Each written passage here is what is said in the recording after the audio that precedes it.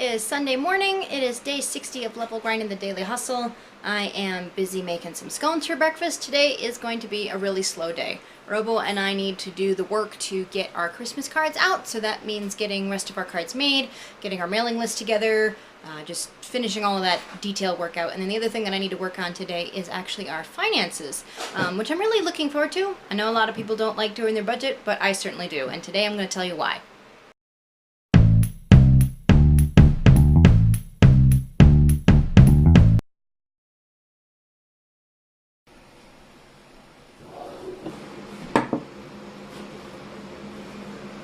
Okay, so breakfast is done. Actually, it's more like a late lunch or late breakfast, early lunch. Either way, we have finished eating, and now it's time to get going on all the things that need to happen today.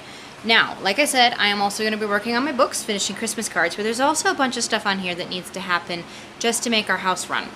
We do these things on the weekends because it's not always possible to do them in the evenings.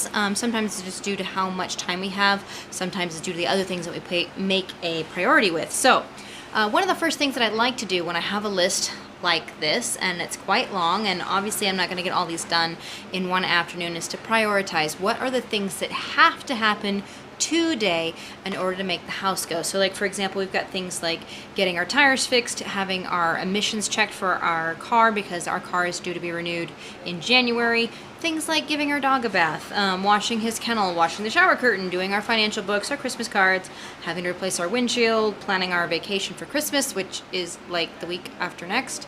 So yeah, lots of stuff that need to happen, and they need to happen at some point. They don't necessarily need to happen today. So what I did when I was looking at this list was to go through it and say, okay, what are the things that have to happen? And of those things, getting the dog his bath, washing a kennel, doing some of our critical loads of laundry, those are the things that have to happen today, as well as finishing our Christmas cards and our books. And so Robo and I have now tag team.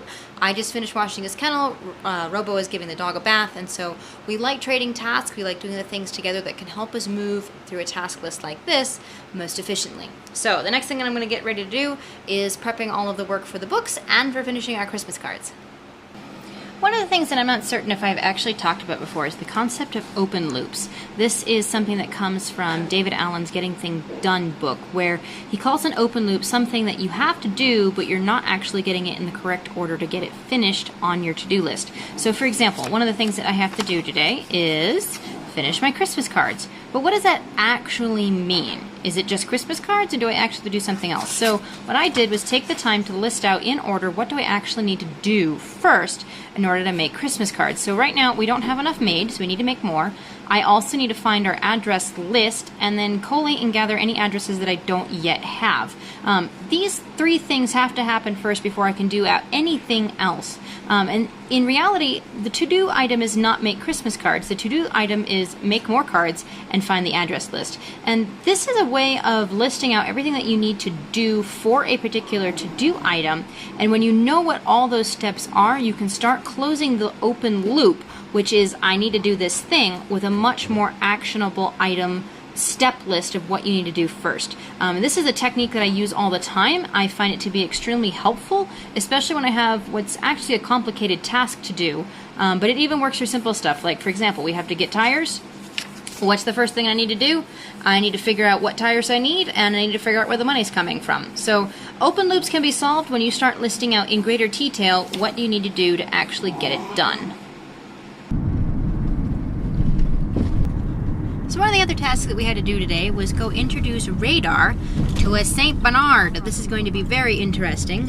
When Robo and I go away for the week after Christmas, Radar is going to be watched by a wonderful woman named Ashley, and she has a Saint Bernard named Porthos. So we need to make sure that Radar and Porthos actually get together and get along well before we actually leave Radar, because if they don't, that's going to be kind of a lousy week for both Radar, Porthos, and Ashley. So we're doing that right now. Christmas cards have gotten a lot of headway. We at least have most of the addresses together that we have. And I've been emailing friends of mine going, hey, I need an updated one. So hopefully we'll get all those soon. And then after we get home, I'm going to work on the books, because that's still technically on my to-do list. We are back from introducing Radar to Porthos. That was definitely an experience. They're going to take some more time to get used to each other, but I think we had a really good first visit. He almost died.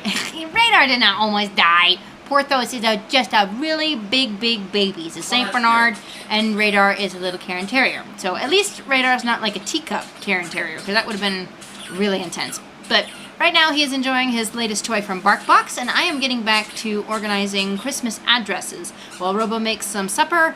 And then hopefully once this is done, I'm going to move on to doing our books, because they really need to get done. It's not that they're, like we have bills that have to get paid and are late. It's more just I want to know what's going on with my money. Okay, so we have our Christmas mailing list just about finished. And I'm glad to have it done because now I can get one of these tasks off my list. We've been working on this for quite a while, a lot longer than I wanted to. It is currently now 7:45. Robo has made some lovely supper. Thank you, Robo. These are not supper. Why not? They could be. They could be supper. Yes, sometimes marshmallows are considered supper food around here. Anyway, I'm glad to have this finished. I did not get to my financial books yet. I may not do that tonight at all because now I have a fuzzy brain after trying to collect addresses for my friends all around the country. So that goes to tomorrow's list, and I will be sharing why I love my financial numbers then. In the meantime, today has been all about closing the open loop of Christmas cards. And I mentioned this earlier, an open loop is something that is just stuck in your brain going, I need to do that, I need to do that, I need to do that. But often the I need to do that is not detailed enough to get started. So my little handy dandy list that I made today of everything that needed to happen is me going through the process of closing this open loop.